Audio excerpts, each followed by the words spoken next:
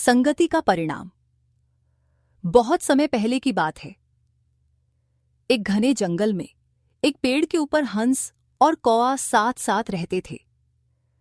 एक ही स्थान पर रहते हुए दोनों पक्षियों की धीरे धीरे आपस में जान पहचान हो गई। दोनों के बीच बहुत प्रेम था। हंस और कौआ प्रातः भोजन पानी की तलाश में निकल पड़ते और शाम को पेड़ पर आ जाते। रात को भी यहीं उनका बसेरा था। एक ही डाल पर उनके अलग अलग घोंसले थे। हंस को भोजन में कोई भी अच्छी वस्तु मिलती तो वह अपने दोस्त कौए के लिए जरूर बचाकर रखता था। शाम को उसके घोंसले में जाकर वह बड़े प्रेम से वह चीज उसे देता था। कौआ हंस की इस उदारता पर बड़ा प्रसन्न था। कौआ भी कभी कभार कोई चीज ले आता था। वह हंस को देता बड़ी कंजूसी से, जबकि हंस तो विशाल हृदय का था। उसके मन में कोई संकीर्णता नहीं थी। दिन भर जो कुछ भी खाने को मिल जाता उसी पर संतोष करके हंस शाम को घोंसले में लौट आता था। कौआ अक्सर देर रात तक आता था। कभी कभी वह अपने साथियों के साथ दूर तक किसी दावत में चला जाता था। कौए के साथी उससे कहा करते थे, यार, तुम्हारा हंस दोस्त तो सोने की मुर्गी है। वह तुम्हें रोज अच्छी अच्छी चीजें लाकर देता है। कौआ कहता, हाँ भाइयों, मेरी तो रोज दावत होती है। बेचारा बड़ा भोला है, रोज अपने घोंसले में बुलाकर नई नई चीजें खिलाता है। हमें ही देखो भाई, खाने के लिए कितनी कितनी दूर भटकना पड़ता है।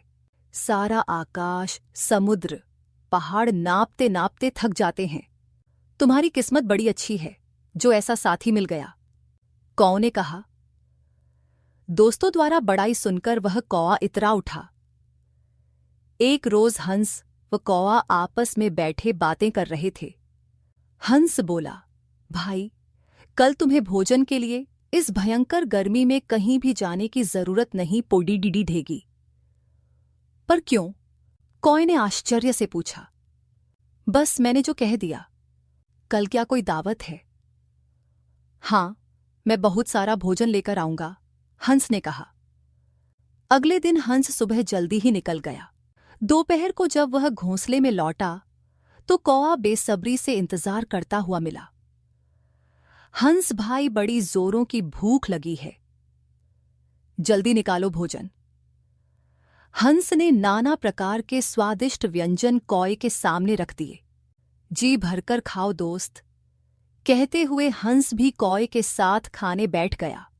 थोड़ी ही देर में भरपूर खाना खाकर दोनों मस्त हो गए। हंस भाई, आज तक मैंने ऐसा भोजन कभी नहीं किया, कौआ बोला। उस दिन सूर्य की प्रचंड गर्मी से सारा जंगल तप रहा था। खाना खाने के पश्चात दोनों अपने अपने घोंसले में आराम करने चले गए। तभी एक शिकारी शिकार ढूंढते ढूंढते भयंकर गर्मी से त्रास्त होकर उस पेड़ के नीचे छाया में आ बैठा। पेड़ की ठंडी छाया पाकर थोड़ी ही देर बाद उसे नींद की झपकी आ गई। तभी हंस ने झांककर नीचे देखा। एक मुसाफिर पेड़ के नीचे सोया हुआ था। पेड़ की छाया सरककर दूर चली गई थी और नींद में बेसुध सोए उस मुसाफिर के चेहरे पर धूप आ गई थी। धूप में तपता शिकारी का चेहरा हंस से देखा नहीं गया और उसने अपने पंख फैलाकर शिकारी के ऊपर इस तरह कर लिए जिससे उसके मुंह पर पड़ रही धूप की जगह छाया हो गई। अब तक कौआ घोंसले से बाहर निकल आया था। उसकी इच्छा घूमने की हो रही थी। तभी उसकी दृष्टि हंस के फैले हुए पंखों पर पड़ी और फिर नीचे सोए हुए शिकारी पर। अचानक उसे एक शरारत सूझी। कौए ने ऊपर से बीट कर दी जो सीधे शिकारी के मुंह पर पड़ी।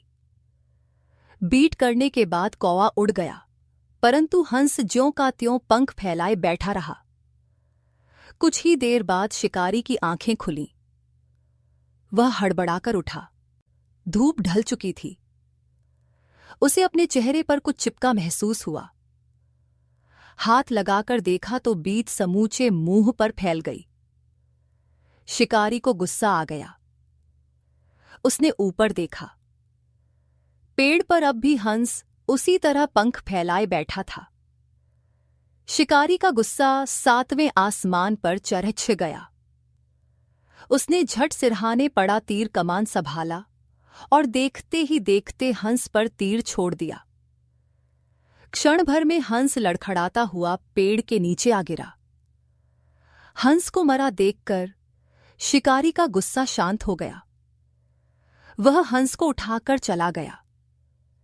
शिक्षा: हमें सदा अच्छे लोगों की संगति करनी चाहिए।